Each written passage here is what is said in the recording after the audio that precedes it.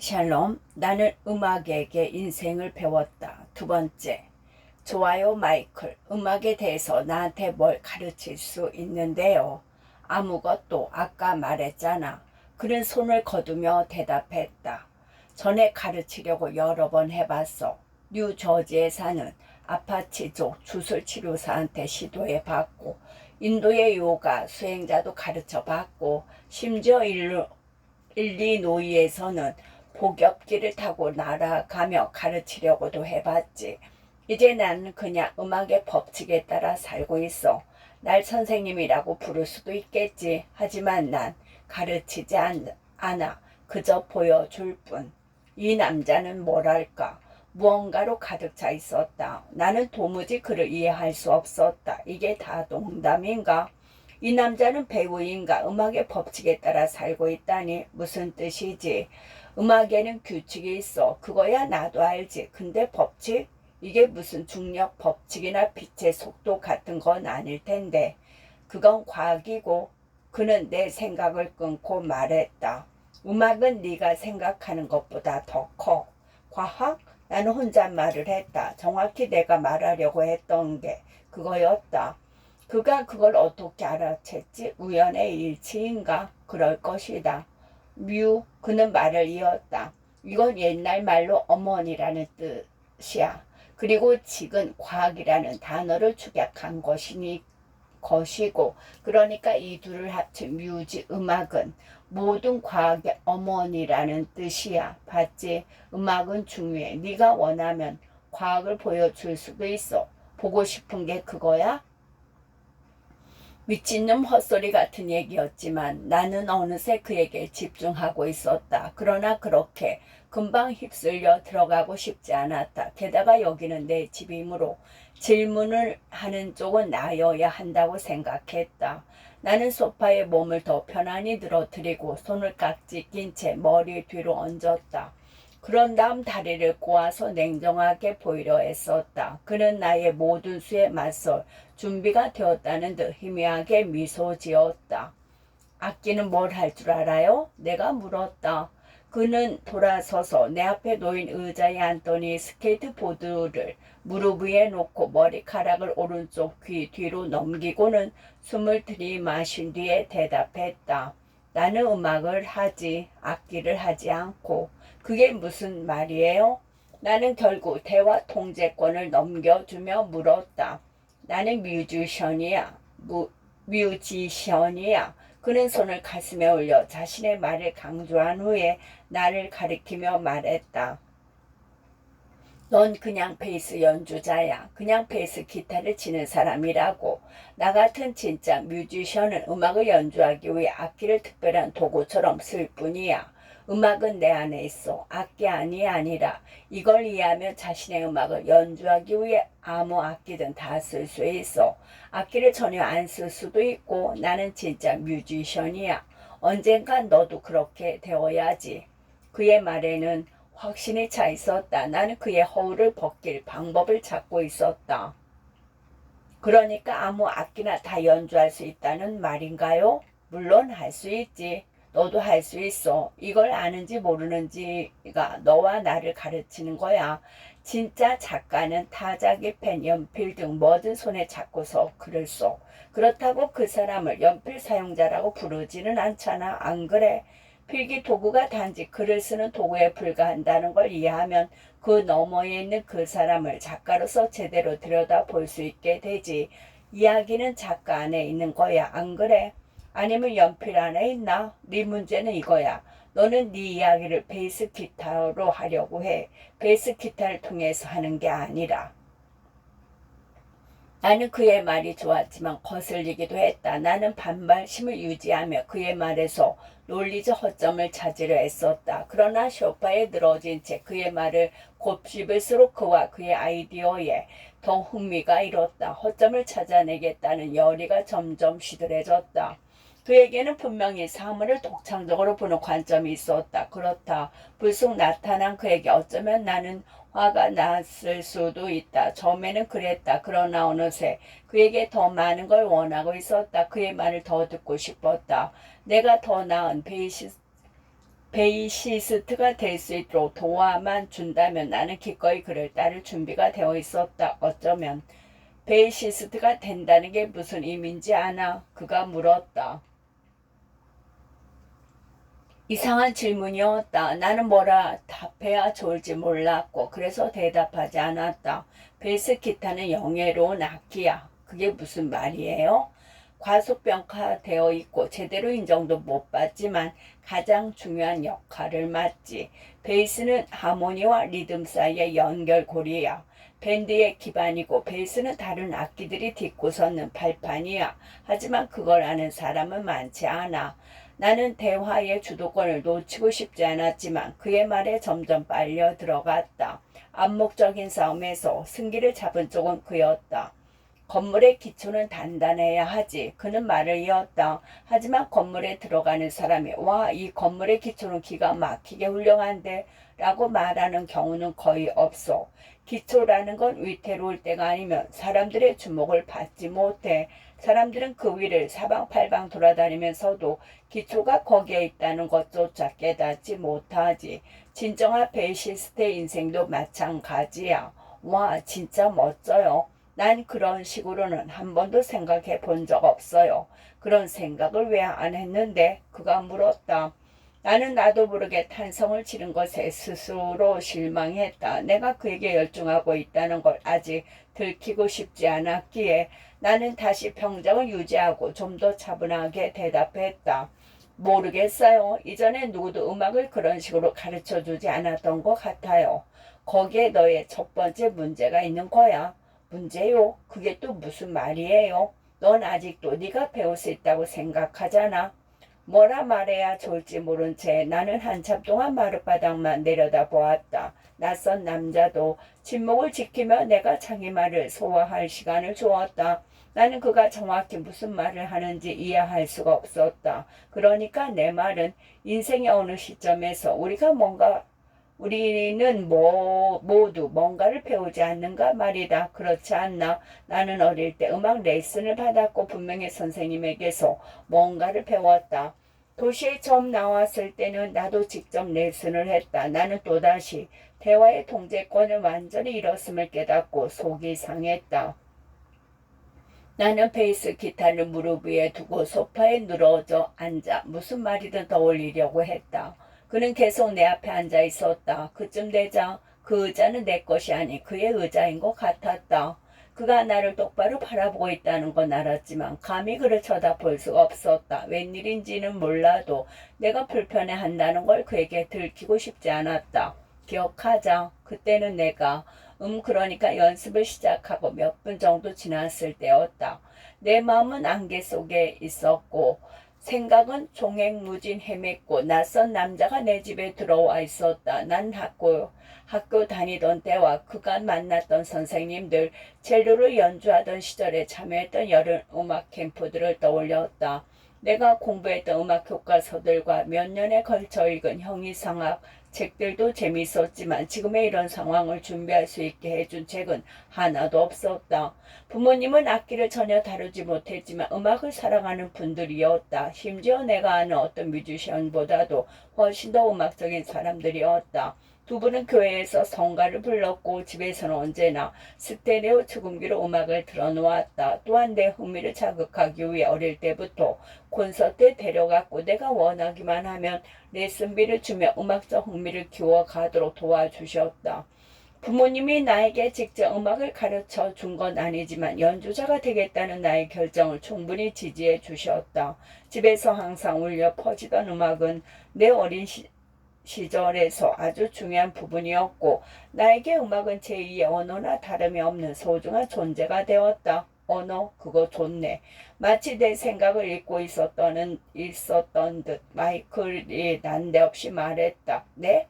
나는 믿기지 않았다. 언어 그거 좋다고. 잠깐만. 혹시 지금 내 음악? 그는 다 안다는 듯한 미소를 지며 내 말을 잘랐다. 물론 들을 수 있지. 넌 못해? 내가 말하던 게 그게 아니에요. 내가 웅얼거렸다. 그는 내 생각의 방향을 알고 있었고 질문으로 대화의 방향을 들었다. 음악은 언어일까? 그렇게 말하려고 했죠. 그럼 왜 음악을 언어처럼 다루지 않는데? 무슨 뜻이에요? 넌 제일 쓰는 언어가 뭐야? 영어요. 영어를 음악보다 더 잘하나? 훨씬 더 잘하죠. 나는 그가 무슨 얘기를 하려는 건지 알 수가 없었다. 영어는 몇 살 때부터 잘하게 됐어? 대략 4살인가 5살 때부터 유창했어요. 그럼 음악은 몇 살 때부터 잘하게 됐는데? 아직 진행 중이에요. 나는 진지하게 대답했다. 그러니까 영어를 진짜 잘하게 되는 데는 겨우 4년인가 5년밖에 걸리지 않았는데 음악은 그것보다 거의 4배나 되는 시간을 더 들였다는데도 여태 제대로 못한다는 건가? 그런 거 같네요. 나는 마침내 그가 하려는 말의 요점을 깨달았다. 그리고 이 문제를 그런 관점에서 생각해 본 적이 한 번도 없었다는 사실에 내심 놀랐다. 왜 마이클이 물었다. 이유는 모르겠어요. 연습을 충분히 하지 않아서 그런가 보죠. 나는 그의 질문에 화가 났다. 영어 연습은 얼마나 했는데? 항상요. 그러나 대답하고 나서 잠깐 생각해 보았다. 실제로 영어를 연습했던 적은 없네요. 그냥 많이 말했을 뿐이지. 빙고, 그가 대답했다. 그게 네가 영어를 자연스럽게 구사하게 된 이유야. 그러니까 지금 그 말은 내가 음악 연습을 그만둬야 한다는 건가요? 나는 다시 주도권을 되찾기 위해 삐딱한 말투로 물었다. 난 네가 뭘 해야 하고 뭘 하지 말아야 하고 그런 얘기를 하는 게 아니야. 단지 두 언어를 비교하고 네가 그걸 배우는 과정을 비교하는 거지.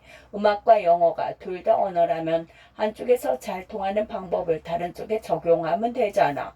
대화를 주도할 수 없다는 걸 깨달은 나는 결국 긴장을 풀고 항복했다. 어떻게 하면 그렇게 할 수 있나요? 내가 물었다. 넌 어떻게 그렇게 했지? 그것이 그의 대답이었다.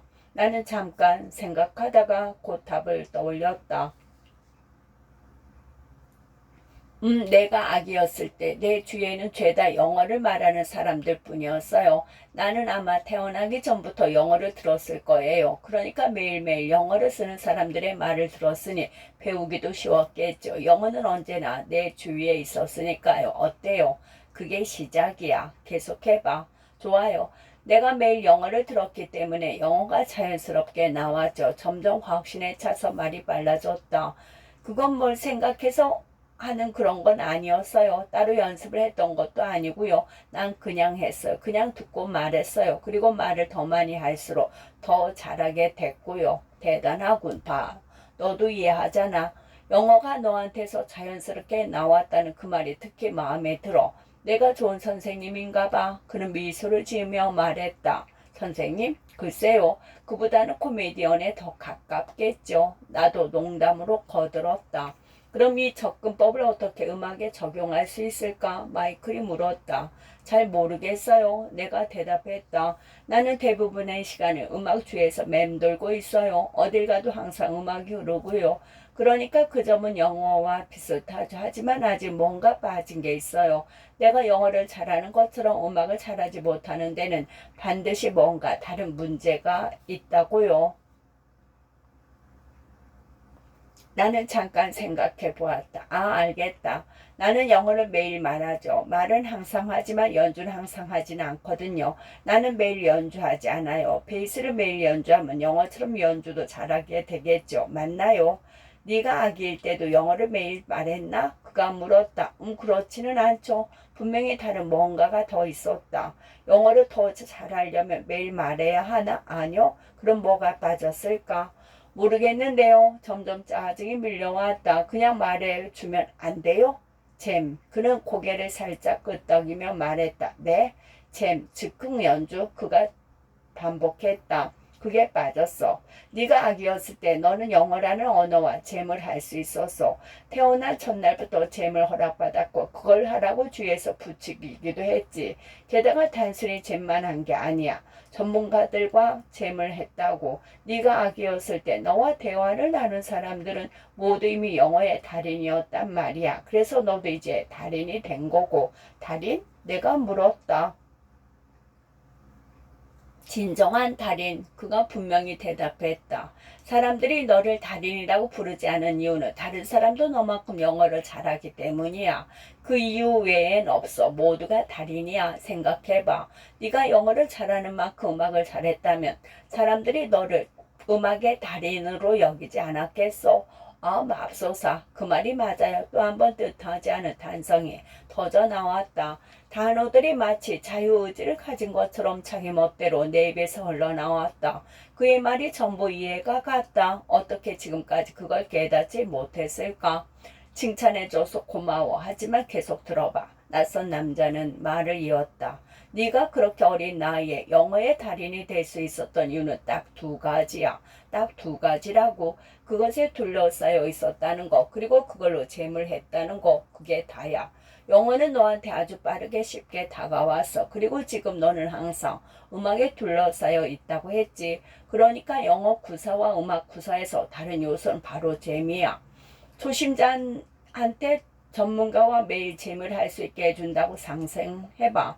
잘하면 잘하게 되는데 20년이나 걸릴까? 천만에 10년도 안 걸릴 거. 그 초심자는 음악적 나이로 4살이나 5살쯤 되면 훌륭해질 거야. 하지만 우리는 초심자를 초심자 수업에 몇 년 동안 집어넣고 그 다음에 중급자 반으로 옮겨주지. 중급자 반에서 몇 년을 더 보내며 고급자 반으로 옮겨갈 수도 있을 거야. 그 순서에 따라 착실히 연습을 해야 고급 수준의 연주자로 인정받게 돼. 고급 과정에서 몇 년 더 시간을 보내면 우리는 그들을 불어주지. 그럼 그들은 다른 데 가서 수업료를 내게 될 거야. 생각해봐. 결국 이 훈련을 받는 동안에는 수업료를 내야 한단 말이야. 말을 배울 때도 수업료가 필요했어. 넌 영어를 배우는 동안 수업료를 얼마나 냈어? 흥미로운 얘기였다. 대화의 주도권 따위는 일찌감치 포기하고 나는 소파에서 몸을 일으켜 꼿꼿이 앉았다. 그의 이야기에 좀 더 가까이 다가가고 싶었다. 나는 그가 계속 얘기해 주기를 바랬다. 원한다면 온종일이라도 좋았다. 그러나 그는 내가 대답할 차례라는 듯 잠시 말을 멈췄다. 무슨 말인지 알겠어요. 내가 대답했다. 하지만 우리가 모두 전문 뮤지션을 만날 수 있는 건 아니잖아요. 무턱대고 허비 행콕이나 마이크 스톤한테 전화를 걸어서 내가 지금 그쪽으로 가고 있는데요. 제마 한번 하실래요? 이럴 순 없잖아요. 그럼 이제 어떻게 해요?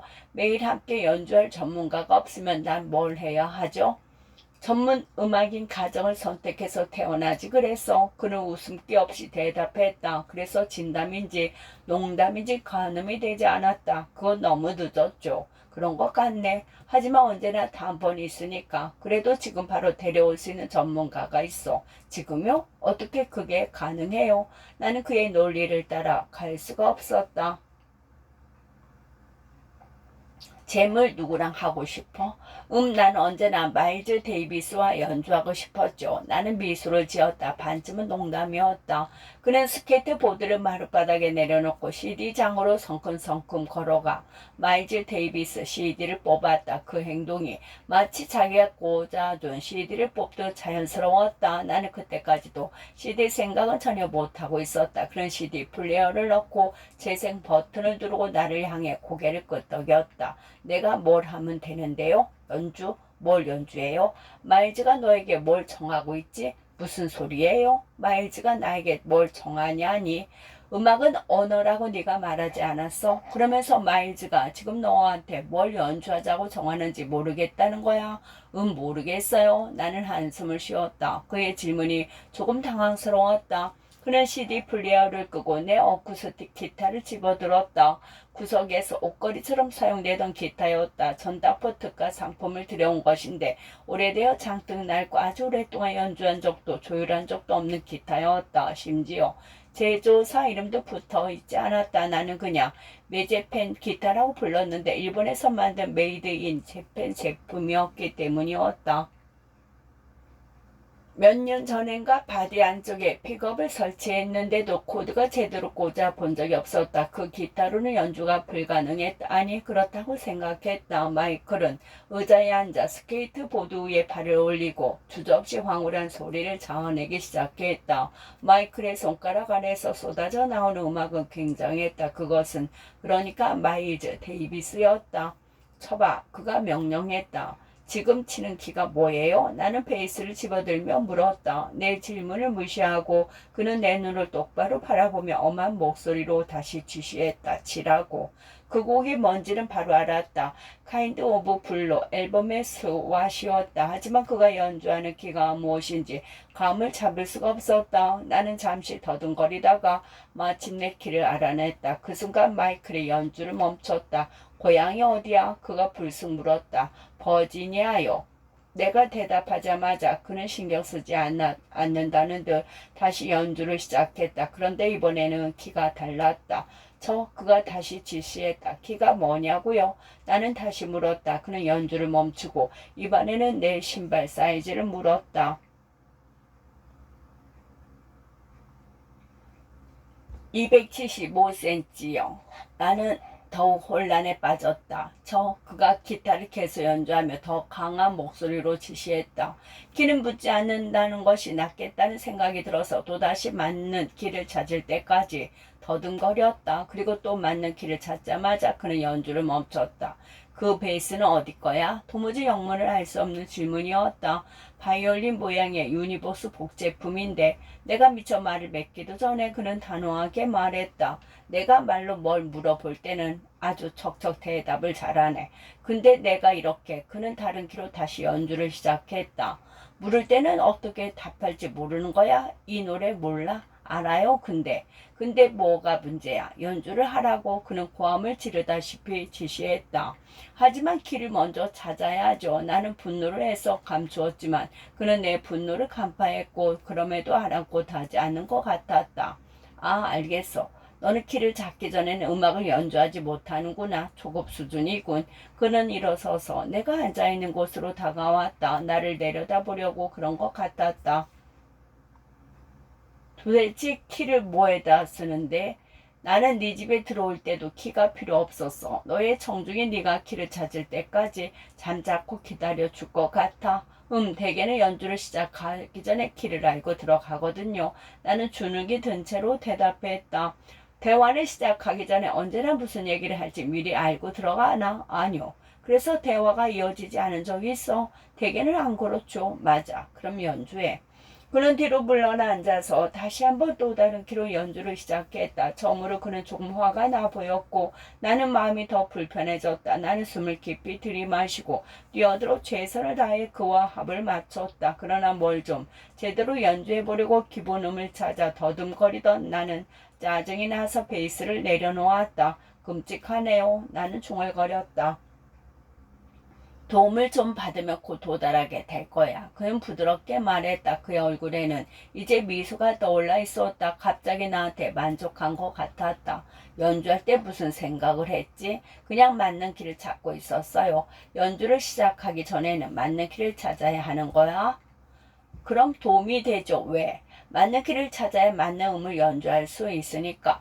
알겠어. 음은 그렇게나 중요하구나. 그래서 맞는 음을 찾기 전에는 모든 음악이 중단되어야 하는 거고 난 그렇게 말하지 않았어요. 아니 그렇게 말했어. 네 베이스로 똑똑히 그렇게 말했다고. 그럼 말해봐요. 정확한 음을 언제 찾아야 하는 건데요. 찾을 필요 없어. 필요가 없다고요? 그래. 아무튼 처음엔 아니야. 처음에 찾아야 하는 것으로 그보다 더 중요한 게 있다고. 그게 뭔데요? 글루브. 글루브? 잠깐만요. 그러니까 연주를 시작할 때 제일 먼저 해야 할 것이 글루브를 찾는 거라고요? 처음 듣는 말이었다. 아니 글루브를 연주를 시작하기 전에 찾아야 해. 아니 글루브는 연주를 시작하기 전에 찾아야 해. 네가 아는 노래인지 모르는 노래인지 그건 중요하지 않아. 필요하다면 몇 소절 정도는 그냥 흘러보내고 그동안 글루브가 무슨 말을 하는지 들어봐. 일단 글루브를 찾으면 무슨 의미인지를 중요하지 않아. 청중은 정확히 느낄 테니까. 아무튼 사람들은 일반적으로 음악을 듣기 전부터 음악을 느껴. 키를 찾는 게 너한테 그렇게 중요하다면 적어도 글루브를 타는 동안에 찾으라고. 나는 반박을 하고 싶었다. 그러나 그가 들렸다고 증명할 방법을 찾지 못한 채 그저 베이스를 만지작거리며 그를 바라보았다. 악기는 잊어버려. 그도 나를 마주보며 말했다. 키도 잊어버려. 테크닉도 잊어버려. 그냥 듣고 글루브를 느껴. 그런 다음 음악의 일부가 되도록 스스로를 놓아줘. 그는 잡고 있던 기타로 다시 연주를 시작했다. 그는 몸을 앞으로 숙이고 고개짓을 했다. 눈싸움에서 이기려는 게 아님을 깨닫고 나는 눈을 감았다. 그리고 기다리면서 뭘 해야 하는지 알아내려고 했다. 결국 나는 굴복했고 그의 제안을 따르기로 했다. 듣는 것 말이다. 나는 글루브를 들었다. 그러자 이상한 일이 일어났다. 글루브를 듣자 음악이 좀 더 들렸다. 갑자기 마이클의 기타 파트와 함께 드럼 연주가 들렸고 피아노 연주도 들렸다. 마일즈의 트럼펫 연주도 들을 수 있었다. 심지어 아직 베이스는 잡지도 않았는데 내가 연주하는 베이스 소리도 들을 수 있었다. 그도 내가 듣고 있다는 걸 아는 듯 이번에는 훨씬 더 부드럽게 말했다. 연주해봐. 나는 눈을 감은 채 나는 베이스를 집어들고 연주를 시작했다. 내가 연주와 첫음이 맞는지 들리는지는 몰라도 확실히 근사하게 들렸다. 정말 근사했다. 충격적이었다. 이 느낌을 놓치고 싶지 않아서 계속 연주했다. 나는 그대로 음악에 빠져들었다. 파란 눈의 낯선 남자가 내 집안에 있다는 사실은 더 이상 문제될 게 없었다. 나는 마일즈 데이비스와 잼을 하고 있었다.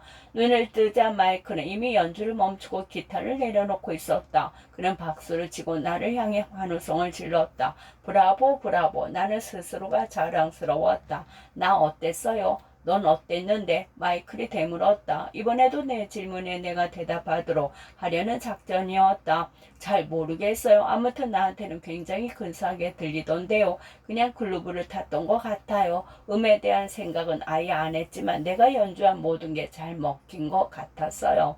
맞아.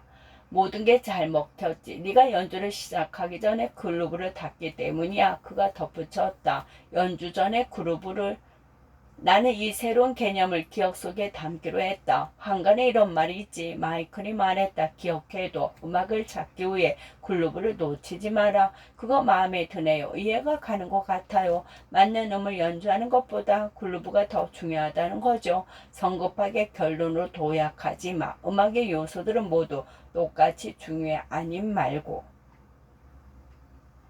음악의 요소 무슨 말이에요? 그게 뭔데요? 음악의 요소는 음악을 하나의 개체로 만드는 부분들이야.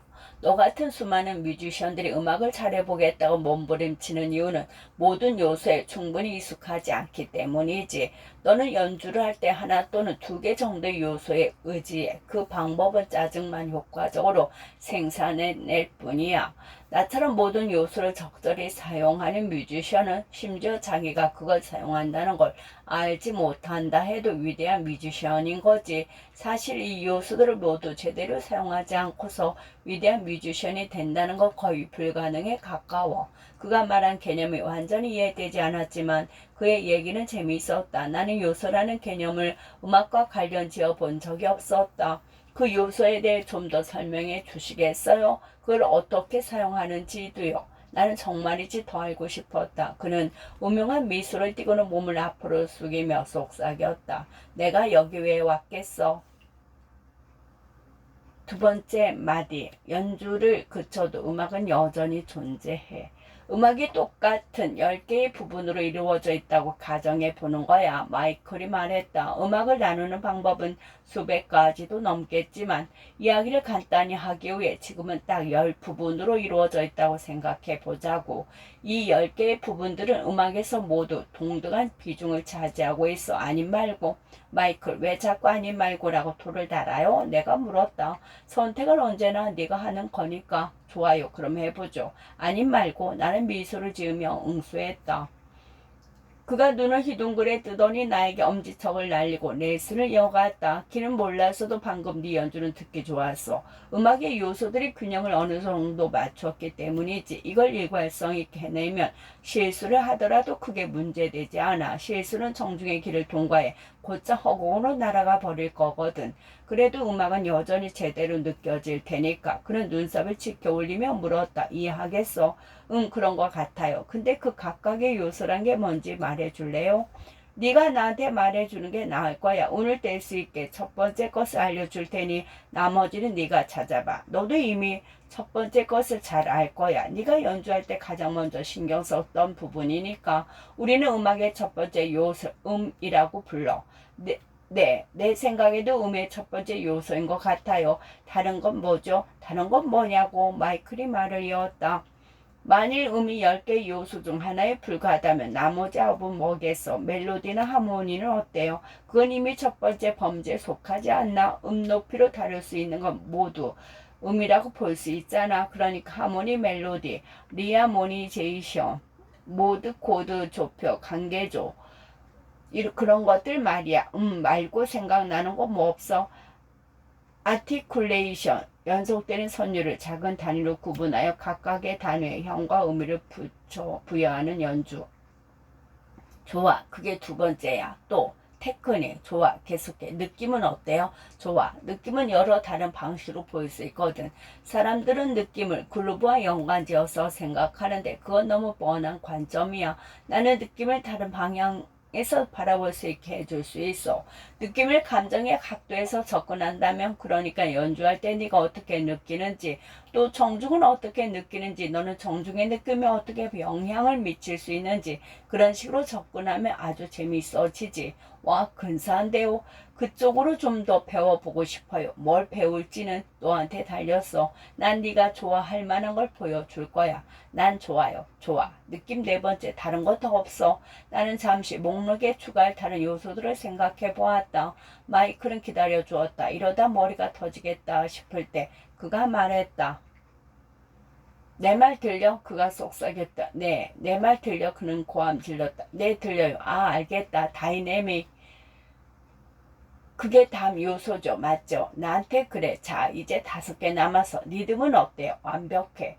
리듬을 갖추어져 있는 요소야. 그리고 다른 요소들이 서로 관련되어 있다는 걸 알게 해주는 요소이기도 하지. 어떻게 해요? 리듬은 하모니가 느려진 것으로 볼 수 있어. 그게 무슨 소리예요? 이 말은 조금도 감이 잡히지 않았다. 440Hz의 A음이라는 건 결국 A음이 1초에 440회 진동한다는 뜻이야. 맞지? 네, 그걸 알아요. 그 수를 절반씩 잘라봐. 440, 220, 115 이런 식으로. 그러면 결국 1분당 비투수가 되지. 거기까지 가면 그런 리듬이라고 불러. 안 그래? 그러네요. 진짜 멋져요. 이런 말을 한 번도 들어본 적이 없는데, 게다가 진짜로 좋은 건 내가 이걸 이해할 수 있다는 거예요. 지금은 생각만으로도 충분해. 끝.